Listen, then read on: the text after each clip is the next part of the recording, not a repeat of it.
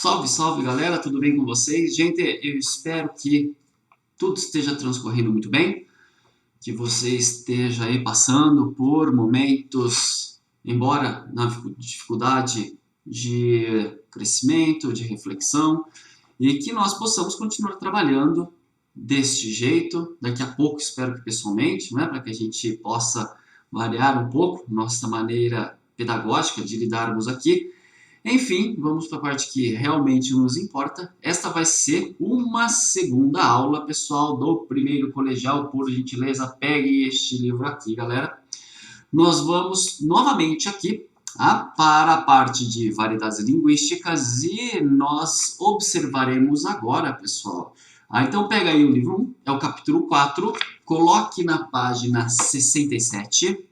Nós vamos continuar os exercícios. Esta é a segunda parte de exercícios de variedades linguísticas. Espero que vocês estejam lembrados a respeito de tudo que nós estávamos falando. A gente analisou uma letra de rap, a gente analisou também uma música sertaneja, com o Itelinho, entre outras coisas. Agora nós vamos continuar. Lembrando que para a aula de hoje nós deixamos aí os exercícios teste. E para tal, então eu quero que vocês coloquem na página 67, bem? Começando aqui com este exercício 9 do Enem 2018, nós vamos agora fechar aí a parte de variantes linguísticas, maravilha? Bom, essa é uma aula que mexe muito com textos do modernismo, da terceira geração, segunda geração, uma vez que são movimentos literários que contestam a gramática normativa e buscam, na influência da língua do povo, uma nova forma de expressão da língua portuguesa. Há uma hipervalorização do quanto que as variedades regionais podem enriquecer a nossa fala, a fala do brasileiro, em contraposição de uma influência única do português de Portugal, ou melhor dizendo, da gramática normativa. Tá? Então nós temos aqui um material que faz um questionamento saudável, muito interessante em termos culturais e em termos de expressão da língua, por meio de exercícios e de vários autores, tudo bem? Senhores, o exercício 9 do Enem 2018 traz um texto do Guimarães Rosa, célebre esse texto chamado Famigerado. É um pequeno conto de, sei lá, 5, 6 páginas. Recomendo muito, o Guimarães Rosa é uma das minhas referências. Aliás, se eu indicar um culpado, o veredito para mim é evidente. Eu fiz letras por conta deste cara aí chamado Guimarães Rosa e de toda a sua genialidade em perceber um mundo caipira universal. E quando eu leio o Guimarães Rosa, eu encontro ecos fortes da minha cultura, da minha criação, da minha família, deste mundo que está na zona rural e, no entanto, nós temos uma influência muito forte ainda nas cidades, nas músicas, na nossa cultura e na nossa linguagem. Isso é bastante óbvio para mim. Tudo bem, pessoal? Então vamos lá. Vamos fazer o seguinte, antes de lermos o texto, eu peço para que vocês leiam o que é pedido. Então olha lá, galera, o que está sendo pedido. Nesse texto, a associação de vocábulos da língua portuguesa a determinados dias da semana remete ao... Então, guarda isso daqui, tá, pessoal? Nós temos uma brincadeira de vocábulos da língua portuguesa associados a determinados dias da semana. O que isso significa? Então, na hora que houver qualquer tipo de expressão que esteja ligada a essa brincadeira de dias da semana, vamos tentar entender o que significa isso no texto aqui do Guimarães Rosa Famigerado. Olha lá, então. Vamos aí comigo. Famigerado?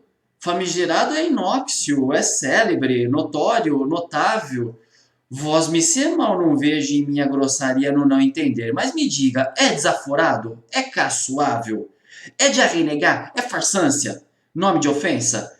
Vilta nenhuma, nenhum doesto, são expressões neutras de outros usos, pois, e o que é? Em fala de pobre, linguagem de dia em dia da semana, tá aí, ó, linguagem de dia em dia de semana. Famigerado? Bem, é importante, que merece louvor, respeito. Bom, a situação é basicamente a seguinte, tá? Há uma pessoa que se sentiu ofendida por um termo que não sabia o significado. E o termo é famigerado. Hein? Mas esta pessoa é alguém extremamente perigosa. É um jagunço com várias mortes nas costas e de repente ele ouve esse termo famigerado, ele não toma nenhuma atitude porque ele não dá o braço a torcer, não quer demonstrar que não sabe o que significa a palavra. No entanto, ele pega e vai até alguém que sabe o que significa famigerado. Famigerado nada mais é do que famoso, notório, alguém relevante, importante. E é evidente que quando ele sabe qual é o significado disso, ufa, que alívio, não é? É engraçado que, neste caso, quando ele vai perguntar para um doutor, a gente percebe que é o alter ego do Guimarães Rosa. É esse cara se instruindo com alguém que tem um pouco mais de conhecimento para saber se foi ofendido ou não. Então, quando ele diz ali, pessoal, eu até pedi para que vocês marcassem aí, tá? No penúltimo travessão, olha lá. Pois e o que é, hein? Fala de pobre. Linguagem de dia em dia de semana. Linguagem de dia em dia de semana, linguagem de pobre, ou seja, ele está perguntando o que aqui para o suposto Guimarães Rosa. Por favor, o que significa famigerado? Mas fala na minha linguagem, tá? Não vem com essas frescuras aí da capital, não vem com essa linguagem de gente estudada, de rico, não. Fala na minha língua. E olha como ele diz isso, olha como o Guimarães Rosa consegue atribuir expressões ao mesmo tempo autênticas e originais, extremamente simples que nós compreendemos, não é? Linguagem de dia em dia, de semana. Ele quer dizer isso daqui, pessoal. Então, voltemos aqui nesse texto, a associação de vocábulos da língua portuguesa a determinados dias da semana remete ao... Aqui, galera, ele quer o quê, pessoal? Ele quer que a linguagem deixe de ser formal, extremamente erudita, que está lá num grau de gramática normativa e seja mais chão. Seja mais o que, pessoal, neste caso? Seja mais informal ou mais coloquial, o que é dito pela alternativa C. Ele pede para que haja um grau de coloquialidade na comunicação, porque cá entre nós, em se tratando deste jagunço, é o grau que ele compreende uma vez que ele não tem uma educação lapidada, refinada. Maravilha? É isso aí. Senhores, o exercício 10 aqui em 2018, nós temos uma brincadeira com duas referências ali. Se vocês observarem o texto, olha lá, pessoal, da metade para o final, tem o númerozinho 1 antes de y e tem o 2 lá na quarta linha de baixo para cima. Acharam? Espalha. Ele pergunta aqui, não é? Que variedade linguística do português brasileiro remete este y e espalha. Bom, façamos aqui a leitura. Esse texto é clássico, pessoal, do Stanislau Ponte Preta. Aliás, isso aqui não é o nome mesmo do autor, tá? Isso aqui é um heterônimo que ele usava para escrever os seus artigos. Eu acho que alguns já conhecem. Por quê? Porque ele é um texto famigerado. Enfim, vamos lá, a velha contrabandista. Diz que era uma velhinha que sabia andar de lambreta. Todo dia ela passava pela fronteira montada na lambreta com um bruto saco atrás da lambreta. O pessoal da alfândega, tudo malandro velho, começou a desconfiar da velhinha. Um dia, quando ela vinha na lambreta com o saco atrás, o fiscal da alfândega mandou ela parar. Aliás, mandou ela parar é coloquial, não é? Como que isso aqui seria na norma culta? Mandou-a parar. Eu posso fazer isso num texto literário? Pode. Bem, por quê? Porque eu me aproximo do leitor, eu crio intimidade. Não vai achar que o Stanislau Ponte Preta não sabia gramática. Não, ele era bem erudito. Mas ele cria essa linguagem porque ele acredita que é função da literatura questionar a norma culta, questionar o cânone, a linguagem lá em cima, não é? Nas estrelas dos formadores de opinião, dos caras que pertencem à Academia Brasileira de Letras. Então é proposital isso, tá, pessoal? Não vai achar que é ignorância. Você pode fazer isso na redação? Não, nem a pau você não. Você tem que escrever de acordo com a gramática, tá? O dia que você estiver bem formado aí tal no ensino médio, você pode ter licença poética, ou se você escrever música, diário e tal, não tem problema. Na redação que você entrega, infelizmente não. Vamos lá? Continuar então? A velhinha parou e então o fiscal perguntou assim para ela. Escuta aqui, vovozinha, a senhora passa por aqui todo dia com esse saco aí atrás. Que diabo a senhora leva nesse saco? A velhinha sorriu com os poucos dentes que lhe restavam e mais os outros que ela adquirira no odontólogo e respondeu, é areia. Aí quem sorriu foi o fiscal. Achou que não era areia nenhuma e mandou a velhinha saltar da lambreta para examinar o saco. A velhinha saltou, o fiscal esvaziou o saco e dentro só tinha areia. Muito encabulado, ordenou a velhinha que fosse em frente. Ela montou na lambreta e foi embora, com o saco de areia atrás. Mas o fiscal ficou desconfiado ainda. Talvez a velhinha passasse um dia com a areia e no outro com um amba dentro daquele maldito saco. No dia seguinte, quando ela passou na lambreta com o saco atrás, o fiscal mandou outra vez. Perguntou o que ela levava no saco e ela respondeu que era areia, uai. O fiscal examinou e era mesmo. Durante um mês seguido, o fiscal interceptou a velhinha e todas as vezes o que ela levava no saco era areia. Diz que foi aí que o fiscal se chateou. Olha, vovozinha, eu sou fiscal de alfândega com 40 anos de serviço. Manja essa coisa de contrabando pra burro. Ninguém me tira da cabeça que a senhora é contrabandista. Mas no saco só tem areia, insistiu a velhinha. E já ia tocar a lambreta quando o fiscal propôs. Eu prometo à senhora que deixo a senhora passar. Não dou parte, não aprendo, não conto nada a ninguém, mas a senhora vai me dizer qual é o contrabando que a senhora está passando por aqui todos os dias? O senhor promete que não espalha? Quis saber a velhinha. Juro, respondeu o fiscal. É lambreta. Acabou. Tá? Bom, enfim, o que nos importa aqui em termos de texto é exatamente a questão do why, na referência 1, e espalha aqui embaixo, mais trás da falha da velhinha. Revela uma variedade linguística do português brasileiro específica de um grupo social que possa ser identificado em... Gente, o ai, espalha, lembra da música do Cuitelinho. Que origem é essa? É evidente, pessoal, porque diz diretamente para nós aqui do interior de São Paulo. É a variante caipira, não é? Então, nós ficamos com a alternativa A.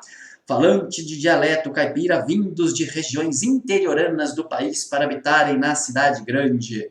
Tudo bem, pessoal? Tranquilo? Então tá aqui. Senhores, se eu pedir alguma coisa em prova, não vai ser algo tão distinto. E cá entre nós, não é? É muito leve. É muito leve. O assunto é leve, as questões são leves. Percebam uma grande dificuldade na parte aqui de distinção entre as variedades linguísticas. O que eu poderia pedir, aqui no caso também, é que você passasse da linguagem coloquial para a norma culta. Como eu falei ali, não é? O fiscal da alfândega mandou ela parar. De acordo com a norma culta, como que é isso? Mandou-a parar, tá? Seria isso que eu pediria em uma suposta prova. Tudo bem? Continuando, vira a página, por favor, pessoal. Nós vamos dar uma olhada agora no exercício 11, aqui em que eu tenho esta charge que está disponível num site aí, que são duas cabras conversando, tá? Vocês vão perceber pela variante que remete a um determinado lugar, aliás, cultivo de cabras, tá? A gente tente já juntar todas essas coisas aqui para que você possa resolver o exercício de modo mais efetivo, tudo bem? Então vamos aí, pessoal. Reparem que nós temos aqui uma brincadeira, né? Como se fosse a cabra-mãe falando com o cabra-filho. Mas que cabelo é esse, Júnior? Venha cá para eu ajeitar aqui. Eu não quero filho meu andando que nem malandro, não. Amanhã não, pode nem ser boizinho. Nem eu entendo direito, pessoal. Por quê? Porque é muito dialetal. Tá? Sobre a linguagem dos personagens da tirinha, retiradas da página do Facebook Bode Gaiato, avalie as assertivas as afirmações apresentadas, tudo bem? Se você quiser dar uma olhadinha novamente aí na tirinha para tentar entender, porque algumas expressões eu vou ser sincero, eu não sei, galera. Qual é o sentido exatamente disso? Não tem problema que vai dar para a gente fazer, porque o exercício vai pedir algo que é mais relevante do que entender ou não esse dialeto extremamente regionalizado. Vamos lá, então, 1. O texto verbal, embora escrito, revela aproximação com a oralidade. A grafia da palavra nan evidencia esse aspecto. Perfeito. Não é? É um texto escrito que dialoga perfeitamente com o nosso modo de falar do dia a dia. 2. Os falantes se utilizam de uma linguagem com fortes marcas regionais, como, por exemplo, a escolha da palavra manhinha. Manhinha, neste caso, né, pessoal, é evidente que isso aqui está mais para o norte do país. Continuemos. 3. O diálogo entre mãe e filho revela o registro formal da linguagem Grifa registro formal da linguagem. Cai fora, né, pessoal? Isso aqui não é registro formal. Isso aqui é registro coloquial, oral. Tá bom? Então, tchau. Já vamos aí para o 4. O vocábulo. Quando eu li isso aqui pela primeira vez, eu li boizinho. Eu pensei que fosse um boi pequeno, mas é boy. O vocábulo boyzinho, formado a partir da palavra inglesa boy, é uma marca linguística típica de grupos sociais de jovens e adolescentes. Sim, tudo bem. Bem, mais citadinos da cidade. E 5. Visto que todas as línguas naturais são heterogêneas, podemos afirmar que a fala de Júnior e sua mãe revela um preconceito linguístico. Não, na verdade é o contrário, eu tenho quase que uma valorização desta variante, que é dita em determinados locais. Bem, então aí nós ficamos com 1, 2 e 4, 5 e 3 caem fora, alternativa amor. Beleza? Alternativa amor. O 10, eu não lembro se eu falei para vocês, o gabarito que eu falei, o 10 é alternativa amor também. Maravilha. É isso aí. Espero que tudo esteja na santa paz e eu não vejo grandes dificuldades, pois os exercícios são bem tranquilos. Gente, o 12 aqui, olha só, uma brincadeira, não é? Gente, também não vai ser desse jeito na prova, tá? Mas a gente se diverte aqui um pouco. As línguas naturais variam de região para região e variam na mesma comunidade. Levando isso em consideração os estereótipos e as marcas linguísticas regionais do português falado no Brasil, correlacione os textos com a fala de cada um dos assaltantes. Um assaltante paulista, outro cearense, um gaúcho, um mineiro e um baiano, tá? Então vamos lá, galera, a gente vai ler esses textos aí, pelas variantes regionais, a gente vai perceber qual é a região pertencente aqui ao dialeto. No primeiro caso, a primeira palavra você já mata, né? Osso, preste atenção. Isso é um assalto, uai. Levanta os braços, fica quietinho, que é melhor pra você.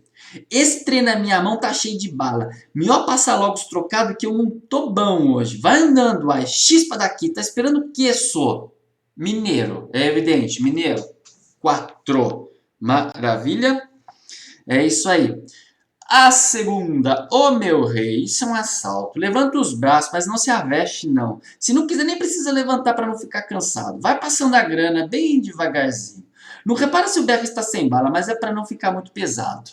Aliás, até pelo estereótipo, não é? Alguns vão dizer que isso daqui talvez beire o preconceito.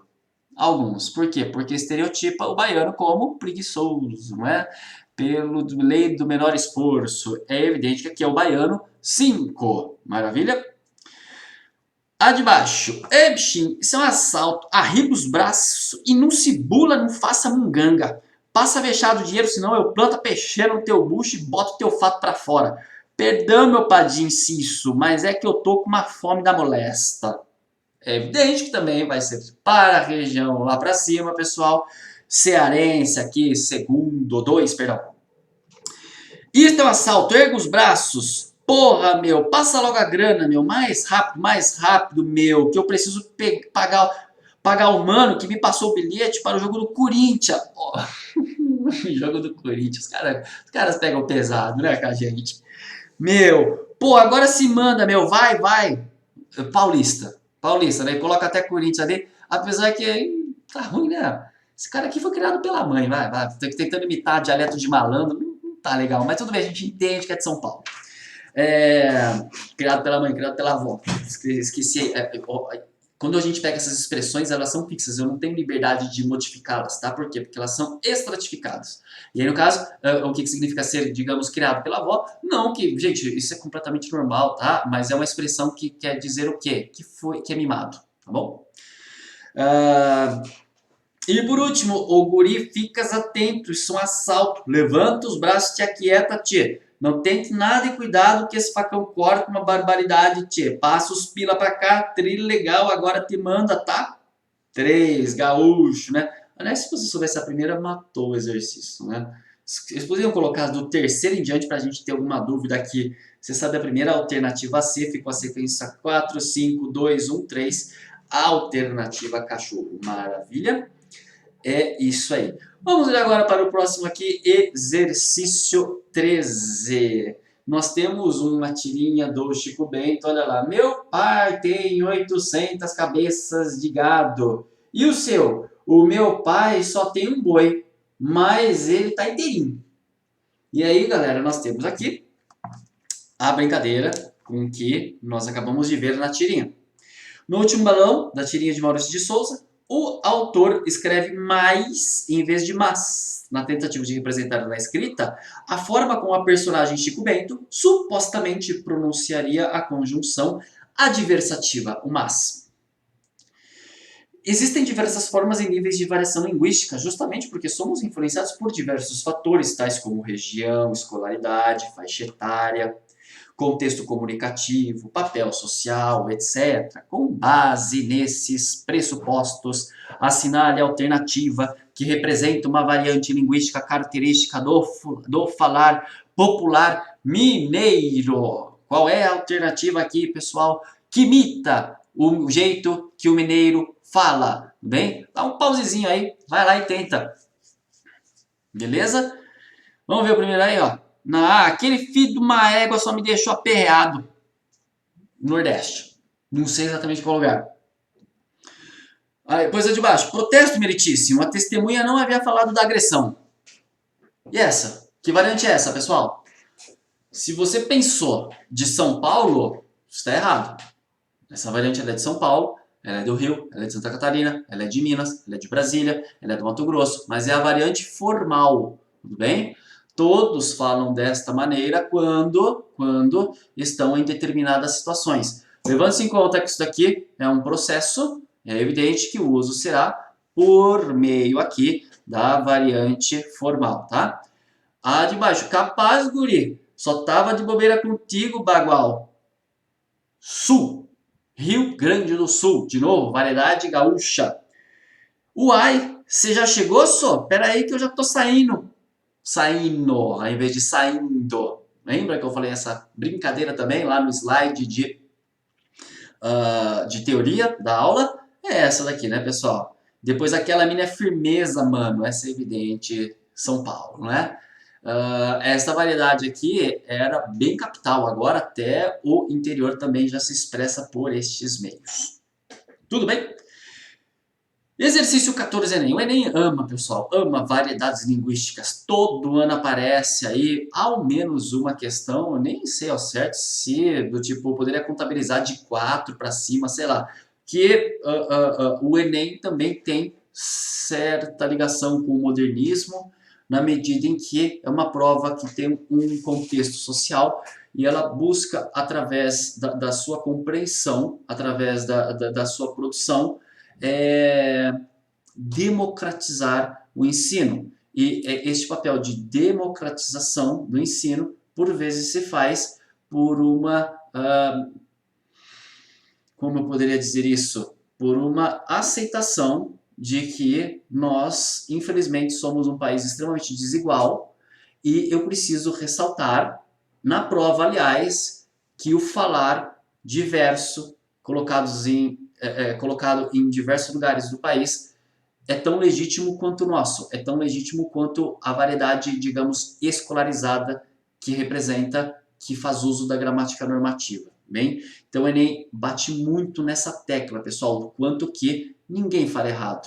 Bem, nós falamos de modo distinto a variantes populares, outras que são mais eruditas. O que nós precisamos é fazer uma harmonização entre as línguas sem colocar hierarquia, tá? Uma melhor, outra menor. E eu concordo no quesito que se eu coloco melhor ou pior, o preconceito linguístico ele é o mais refinado e sutil. Nós não percebemos o quanto nós nos estabelecemos em termos de status, eu sou melhor, eu sou pior, sempre quando, por exemplo, corrigimos outras pessoas. Tá? Não é assim, é assado. Tá? É impressionante. Existe maneira de você fazer isso. Veja o modo como você está fazendo, porque em alguns casos talvez não seja tão louvável a sua abordagem. A correção é legítima, eu não vejo problema, mas a maneira de se você se aproximar para que a pessoa saiba qual é a variedade mais apropriada, aí tem todo um tato, tem toda uma maneira macia, suave, compreensiva, empática, em que eu me coloque no lugar do outro e tente perceber que aquilo é resultado de uma carência de anos de péssima escolarização e eu preciso trazer essa pessoa para o meu lado. Eu, como professor de português, eu tento fazer, neste caso, um papel de, vamos lá, a gente consegue, mesmo que tenhamos passado por um período obscuro, sombrio de educação que não nos alcança plenamente, vamos lá, a gente consegue, tá? O Enem tem muito isso, o Enem tem toda essa capacitação de entender o brasileiro de diversos lugares, bem? Com vocês, porque eu trabalho com pessoas privilegiadas aqui em termos socioeconômicos, nós já temos um pouco mais de fluência na linguagem, na variedade padrão, na norma culta. Então vamos ver aqui o 14 Enem, que também é uma brincadeira, uma anedota. Pula, vamos ver o que ele pede para lermos de modo direcionado. Eu repito, pessoal, você nunca começa lendo de antemão um texto. Lê o que pede para que a leitura seja direcionada. A variação 14, vamos lá. A variação linguística afeta o processo de produção dos sentidos no texto. No relato envolvendo o Rui Barbosa, o emprego das marcas de variação objetiva. Então vamos lá. Qual é, neste caso, nós vamos ter uma brincadeira com variedades linguísticas. Qual é o objetivo principal do texto em relação a isso? Vamos então aí. Contam numa anedota que certo dia Rui Barbosa saiu às ruas da cidade e se assustou com a quantidade de erros existentes nas placas das casas comerciais e que, diante disso, resolveram instituir um prêmio em dinheiro para o comerciante que tivesse o nome de seu estabelecimento grafado corretamente. Dias depois, Rui Barbosa saiu à procura do vencedor. Satisfeito, encontrou a placa vencedora, Alfaiataria Águia de Ouro. No momento da entrega do prêmio, ao dizer o nome da alfaiataria, Rui Barbosa foi interrompido pelo alfaiate premiado que diz: Senhor Rui, não é a águia de ouro, é a agulha de ouro. Hein? Aí, ou seja, ele se deu mal, né? Porque ele de novo estava errado, nós não tínhamos aqui o acompanhamento da norma culta. Então, no relato aqui, pessoal, o emprego das marcas de variação objetiva não é a águia, mas era agulha, que na verdade deveria ser agulha, é a representação da fala, tanto quanto teia para telha. A alternativa correta, dá um pause aí, tenta você responder. Tudo bem? A alternativa correta, pessoal, é a alternativa C, estabelecer um jogo de palavras a fim de produzir efeito de humor. É evidente, não é? Agulha, águia. Bem? Evidenciar a importância de marcas linguísticas valorizadoras da linguagem coloquial? Não, aqui nem tanto. Aqui não tem tanto essa questão da valorização da linguagem coloquial. Há vários exercícios em que eu tenho isso. A valorização da linguagem coloquial. Como daqui a pouco a gente vai ver. Neste caso, não é tão explícito assim, não. B. Demonstrar incômodo com a variedade característica de pessoas pouco escolarizadas? Não é incômodo, né, pessoal?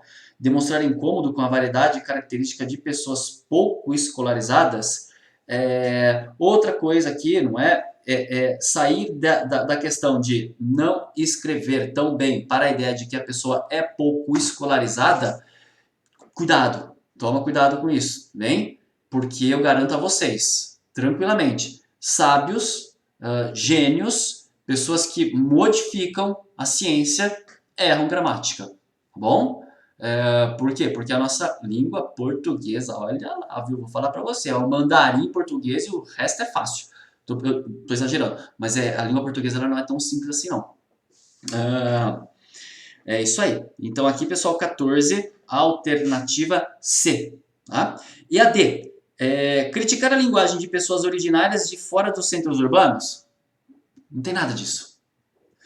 E, estabelecer uma política de incentivo à escrita correta das palavras? Também não tem nada disso. Bem, o Rui Barbosa queria simplesmente que as pessoas escrevessem de acordo com a norma culta. Tá? Mas não tem nenhuma promoção aqui, incentivo de uma política pública, não tem nada disso escrito. Tá bom? É isso aí. Bom, vamos lá, pessoal. Continuando aqui, nós vamos agora para o exercício 15, História de Assombração. Gente, pula aqui o textinho, olha o que ele fala lá.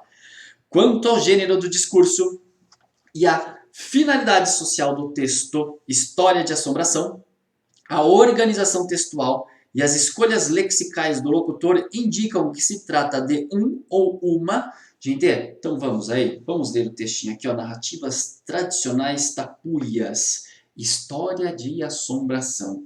Ah, eu lembro uma história que aconteceu com meu tio. Era dia de sexta-feira da paixão. Diz que eles falavam para meu tio, não vai pescar não. Ele foi assim mesmo.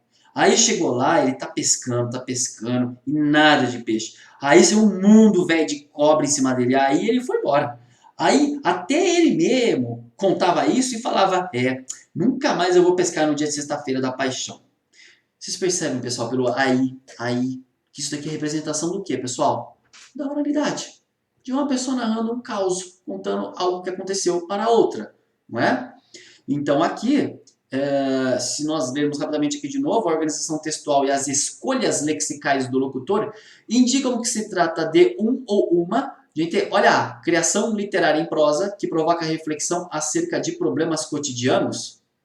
Não tem nada disso daqui. Problemas cotidianos como sei lá o quê? A miséria, o racismo, a falta de policiamento, não sei. Não tem nada disso aqui. B, texto acadêmico. Gente, essa é aquela que você cai fora na hora. Porque isso aqui é representação da oralidade, é um caos, caipira tal. Texto acadêmico é texto de universidade. Não é. Cai. Vai embora. Relato oral, provavelmente, que objetiva a preservação da herança cultural da comunidade. Gente, essa é linda. É aquela que eu já estou com 98% de certeza que é ela. D, conversa particular, que favorece o compartilhar de informações e experiências pessoais. O conversa particular nem tanto, né? Porque isso aqui, reparem, pessoal, é um registro de narrativas tradicionais. Isso aqui é para o consumo de qualquer pessoa. E é anedota regional, beleza? Que evidencia a fala e o vocabulário exclusivo de um grupo social. Exclusivo de um grupo social, não. Não é exclusivo deles, pessoal. Tanto que, em termos regionais, a variante caipira é falada no Brasil inteiro. Então, não é exclusividade, tá? Pois em outros lugares do país, nós também compartilhamos esta forma de expressão. Maravilha, pessoal. Gente, o exercício é muito parecido, e eu não sei vocês, mas na minha letrinha aqui tá dose. Não dá nem para ler, vou ter que fazer muito esforço, e é muito parecido com os outros. Eu vou dar para vocês já o gabarito 16, cachorro. Maravilha? Qualquer coisa depois tirem dúvidas em relação ao exercício. Né? Mas eu acho que não haverá nenhuma dificuldade não. É isso aí. Gente, vamos aí para a questão 17. Essa questão 17, pessoal, faça uma estrelinha aí, tá? Porque ela é clássica de variedades linguísticas. Pula o poema do Manuel Bandeira, olha o que ele fala aqui. Devido à primazia que se tem concedido à língua padrão, muitos consideram a língua do povo, a que se refere o poema, como incorreta. Este fenômeno de atribuir menor valor a determinadas variedades da língua denomina-se. Gente, na boa, eu acho que você responde sem texto. Como é o nome do fenômeno em que você atribui menor valor ao modo como algumas pessoas falam? Eu acabei de falar isso, pessoal. O nome disso daqui é a alternativa D de dado, preconceito linguístico. Bem? Agora leia o poema do Manuel Bandeira que você vai perceber que ele faz justamente o oposto. É a valorização de todas essas variedades desprestigiadas. Olha lá. A vida não me chegava pelos jornais nem pelos livros. Vinha da boca do povo, na língua errada do povo, língua certa do povo. Porque ele é que fala gostoso o português do Brasil. Ao passo que nós, o que fazemos é macaquear a sintaxe lusíada. Perfeito. Porque o que o povo fala é a língua. E a língua, ela é um organismo vivo. A gente observa. Se você tentar moldar, essa é uma postura às vezes tirânica, totalitária, ditatorial. Pode acontecer? Pode sim. Sobretudo se há objetivos políticos. Bem, às vezes ela é bem intencionada quando eu recorto, por exemplo, não fala mais essa palavra, fala esta. Por exemplo, algumas palavras que antigamente se falavam como ofensa, hoje nós não falamos mais, e isso eu acho muito positivo. Há uma consciência. Por exemplo, mongoloide. Mongoloide é uma palavra que antigamente era usada como ofensa, e eu percebo hoje que as pessoas estão tendo cuidado. Por quê? Por conta de observarmos a todos como um próximo tão legítimo quanto a mim. Como cidadão também que possui seus direitos e deveres quanto eu. Uma outra palavra que eu vejo que as pessoas estão fazendo um questionamento é autismo. Por exemplo, existe um autismo entre o governo e a sociedade. Não é? Como se houvesse uma falta de comunicação, um abismo. Imagina se você tem um certo grau de autismo. Ou se você conhece alguém, se você tem dentro de casa. Não é muito interessante, não é?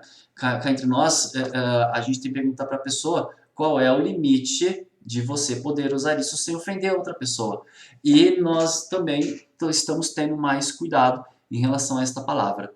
Então, em alguns casos, eu acho bem interessante que nós tenhamos esse tipo de consciência. Mas aqui o que ele está fazendo, não é esta valorização de como as pessoas falam em diversos lugares. E o que nós, que tentamos imitar a todo momento, os portugueses, a gramática normativa, estamos fazendo com a sintaxe de Portugal. Olha que ele fala aqui, macaqueando. Por quê? Gente, simples. Simples. Porque o modo como nós falamos, se compararmos com a gramática normativa, com o modo como se fala na capital em Portugal, é gigante a diferença. É um abismo de diferença. Bem, e querendo ou não, o português falado no dia a dia, cada vez mais ele adentra a gramática normativa. Nós passamos a ter um pouco mais de jogo de cintura e isso é algo normal em qualquer desenvolvimento em que nós observamos a história de uma língua, qualquer lugar. Bom, gente, o próximo, se vocês darem uma lidinha, nem precisa ler inteiro isso aqui no texto do Fernando Sabino. Olha o que ele pede aqui no 18, pessoal. Em relação à linguagem, podemos afirmar que o texto... Vamos ler só o comecinho aqui. Leiam comigo aí, então, 17, página 70, vamos lá. O doador universal. Toma um táxi e mando tocar para o hospital. Doe base. Vou visitar um amigo que foi operado. O motorista volta-se para mim. O senhor não está doente e agora não é a hora de visita. Por acaso é médico? Ultimamente ando sentindo um negócio esquisito aqui no lombo. Não sou médico. Ele deu uma risadinha. Ou não quer dar uma consulta de graça, hein, doutor? É isso mesmo, deixa pra lá. Para dizer a verdade, não tem cara de médico. Vai doar sangue. Quem, eu? O senhor mesmo. Quem havia de ser? Não tem mais ninguém aqui? Tem um cara de quem vai doar sangue? Para doar sangue não precisa ter cara, basta ter sangue. Escuta aqui uma coisa, quer saber o que mais? Vou doar meu sangue e é já. Deteve o táxi à porta do hospital, saltou ao mesmo tempo que eu, foi entrando. E é já. Esse negócio tem que ser assim. A gente sente vontade de fazer uma coisa, pois então faz e acabou-se. Antes que seja tarde. Acabo desperdiçando esse sangue meu por aí, em algum desastre. Ou então morro e ninguém aproveita. Já imaginou quanto sangue desperdiçado por aí nos que morrem? Não darei o resto não, tá, pessoal? E outra, é só um trecho aqui, não tem a história inteira. Em relação à linguagem, dá uma olhada aí nas alternativas. Agora é de você dar pause em relação a essa linguagem que a gente leu no texto do Fernando Sabino. Qual é a alternativa correta? Vai lá. Beleza? Então eu vou passar para vocês o gabarito, vou falar por que essa é correta e as outras incorretas. Alternativa correta em relação à linguagem, podemos afirmar que o texto, alternativa A. Embora se apresente escrito, possui uma linguagem mais informal e próxima da oralidade. É evidente na conversa, não é? Dele, que é confundido, do personagem confundido com o médico, com o taxista. Pouco preocupada com a rigidez da norma culta. Evidente. Vamos ver a próxima aqui. Foi escrito com total respeito à norma culta da língua portuguesa? Não. Dá para perceber aqui, pessoal, que ele é muito coloquial. C. Embora apresente expressões coloquiais como capenga, de graça, no duro, a abordagem do assunto doação de sangue dá ao texto um tom sóbrio e científico. Imagina, isso aqui é uma crônica, uma narrativa aqui. Beleza. D. Apresenta uma linguagem técnica. Cai fora já, né, pessoal? Linguagem técnica é linguagem de faculdade, linguagem de um aprendizado específico. Bem, se você for estudar robótica, você vai ter uma linguagem técnica de robótica. Se você estudar, sei lá, cirurgia plástica, você vai ter linguagem técnica de cirurgia plástica. Isso aqui não tem linguagem técnica. E. Expõe o preconceito linguístico praticado pelo motorista ao chamar o passageiro de moço distinto. Não, na verdade, moço distinto é um elogio. Quando eu chamo alguém de moço distinto. Bem, não tem preconceito linguístico nenhum aqui. Maravilha, pessoal? Então aqui, por exclusão, você, se bobear, podia ler só a primeira partezinha aqui do texto que você acaba matando. Se você conhecesse o Fernando Sabino, então, pessoal, mais fácil ainda, tá? Porque conhecendo o autor, a maneira como ele escreve, isso é uma mão na roda, tá? O próximo aí da questão 19, senhores, reparem que no meu slide eu coloquei um texto parecido, se não foi esse. se não foi exatamente esse, que fala de um escravo que fugiu, tal, etc, não é? Bom, é isso aí. Aí, galera, tem aqui o vocabulário. Olha o que ele pede no 19. Olha lá, pessoal. O texto mencionado é um anúncio publicado no ano de 1886. Nele, há algumas diferenças com relação ao português atual, sendo um bom exemplo de variação histórica. Tal variação pode ser constatada principalmente, gente, principalmente, o que é que mostra no texto a diferença do português do Brasil para o português de Portugal. Bem, pause aí, lê o textinho rapidão aqui do anúncio que você já viu e tenta responder aí. O que é que marca mesmo, de modo mais evidente, o português lá daquela época e o português de hoje? Vai! Vamos lá então? Senhores, o que marca de modo mais evidente essa diferença é a alternativa C. Grafia de algumas palavras como polegar, com 2 L, e anos, com 2 N's, o que comprova que a variação não se dá apenas na fala, mas também se reflete na escrita de uma língua. Bem, isto é o que mais chama a atenção desta variação do português lá de trás para o português atual. E vamos aqui para o 20 e último exercício. Pula o texto do Drummond aí, olha só o que ele fala, galera. Sobre o excerto mencionado, retirado da crônica antigamente, assinale a alternativa correta. Tem que ler o texto inteiro. Por quê? Porque é uma compreensão total aqui do texto. Você vai perceber, pessoal, que o Carlos Drummond de Andrade ele faz brincadeira com termos que se usavam e estavam já sumindo. Hoje, pouquíssimos usam. Olha lá. Antigamente as moças chamavam-se mademoiselles. E eram todas mimosas e muito prendadas. Não faziam anos, completavam primaveras, em geral 18. Os janotas é que se arruma demais. Muito vaidoso.